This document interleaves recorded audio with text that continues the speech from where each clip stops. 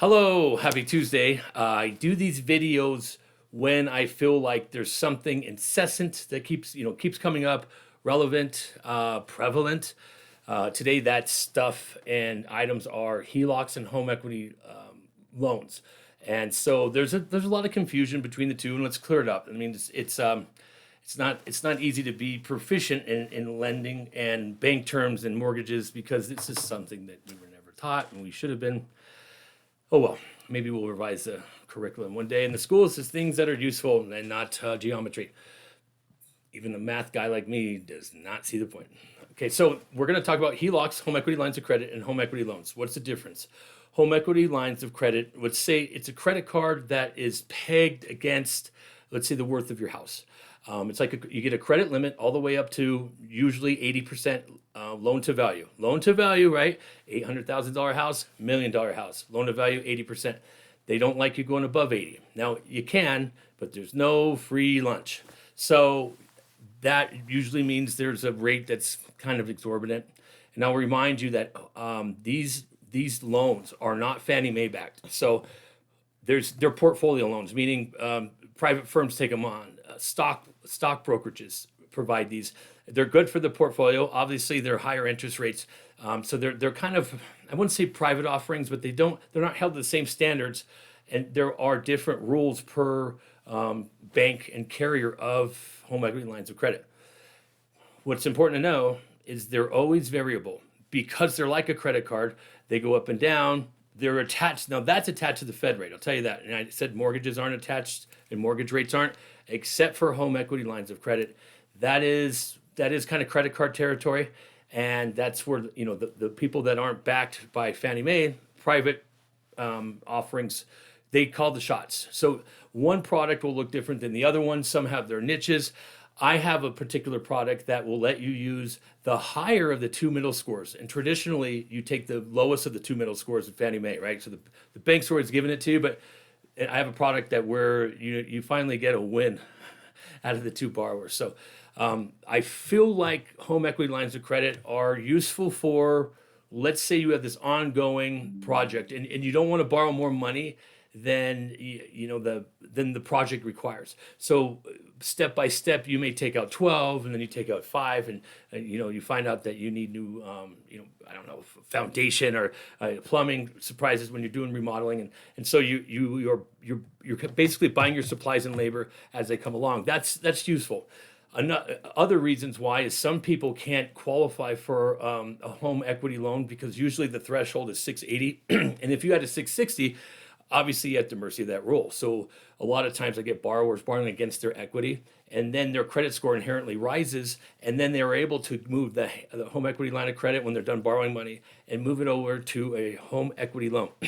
The home equity loan is a fixed rate, and it starts to pay back. And that means you get a amortized monthly payment, and then it sets the course for how you're going to pay this thing off. A home equity line of credit will have you pay the interest only usually, and then you're usually not accruing more of a balance if you keep up with the payments. But there isn't a set payment; it can go up and down, and obviously how much you borrow. There isn't anything fixed about it because you have a variable. You have a line of credit you can keep borrowing against, and the payment could get higher. You could pay it down. Again, that's the home equity lines of credit are usually a higher rate. When you get into home equity loan, that's a lower rate because now you're starting to set the payback, and there isn't such what would I say? There's a certainty about the payback, right? So those are useful if you want to get started on that. You may say, okay, I'm done borrowing money. You may also just right from the get-go get a home equity loan if you know exactly how much you want to borrow. Let's say you maybe have some credit card consolidation and you want to pay. You have certain bills and you know how much money you need to pay them all off. That's probably the weapon of choice. I'll tell you something that it reminded me in a situation that I have with a borrower. When you have let's say you have an MFA and you have that second loan or second lien, they want that lien paid off. So you cannot be a third lien on a home equity line of credit, nor can you have that in a home equity loan. The reason why is you can't have three liens. They don't like that. So they say, okay, so some of that money is going to pay off that MFA second that you have out there because they want to take the place of that second, and they make sure that they become second position when they get rid of the MFA loan. Now, why is the interest rate higher? Because it's a riskier endeavor for the bank. And the reason why is, let's say that you foreclose, you don't want to pay bills anymore. The first lien holder, your mortgage carrier, gets paid first, and then the second lien gets what's ever left over. But they have second rights, so inherently it's riskier for them, because if in the event of a foreclosure, or they don't get paid, or they don't get paid as much. And maybe in this climate they'd get paid, but that's conjecture. So that's the two animals right there, and borrowing against your equity. The reason why people go this route is there's a lot of you that have a 3, 4, and 5%. Now, you wouldn't want to refinance the whole thing for a cash out, because there goes your low interest rate. Your second is going to be separate, and that's its own animal, and you'd like to pay that thing off eventually, but because it's got the higher interest rate. But I advise people, if you got a 2, 3, and 4, to leave that first alone. Don't let a lender go, well, we'll just refinance the whole thing. No. Keep your low rate. Keep the equity you're borrowing against in a separate. And I actually do these now. I used to defer them to other banks, but I feel like my customers are never happy after, so I do them now. I've got several choices. They can be kind of hard, but my mouth is getting dry because I talk too fast. They're kind of hard, but I'm working with my friends. It can't be that bad. Okay, we're done with that product. I want to talk about. There's a myth going on, and I heard it at the closing table today, and I strongly feel like each profession could stick to their proficiency and not overstep. And I hear sometimes, sorry, realtors, but you get into some finance questions, it's okay to defer, especially if I'm at the closing table. Ask that guy. He's good with math.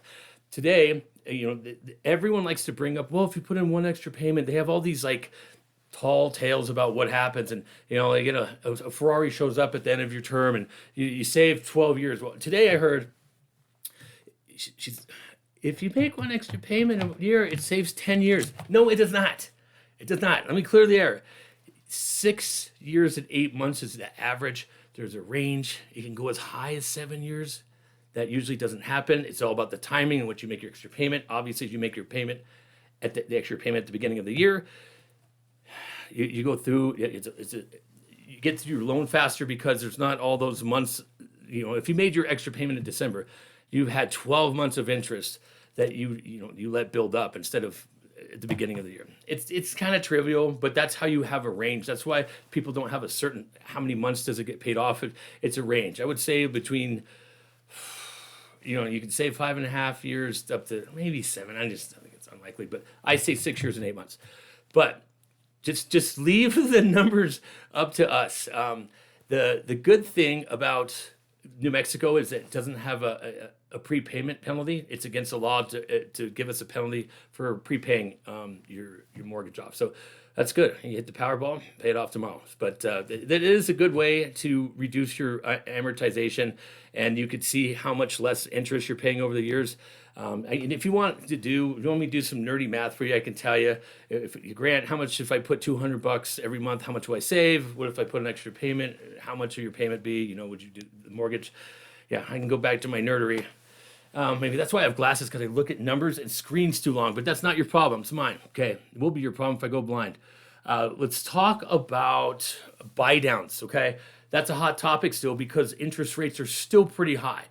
Now, let me correct everyone that says, I'm waiting for interest rates to get back to normal. They are normal. Historically, we're at an average. Interest rates used to be 19%. And if you ask some older people, they will go, you guys have it made, because I had 19%, and I used to have to, we had to have oxes drag us to school on a sled, or whatever their stories are. But 7, 6.5 is average over history. So we're all waiting for lower rates. I am too.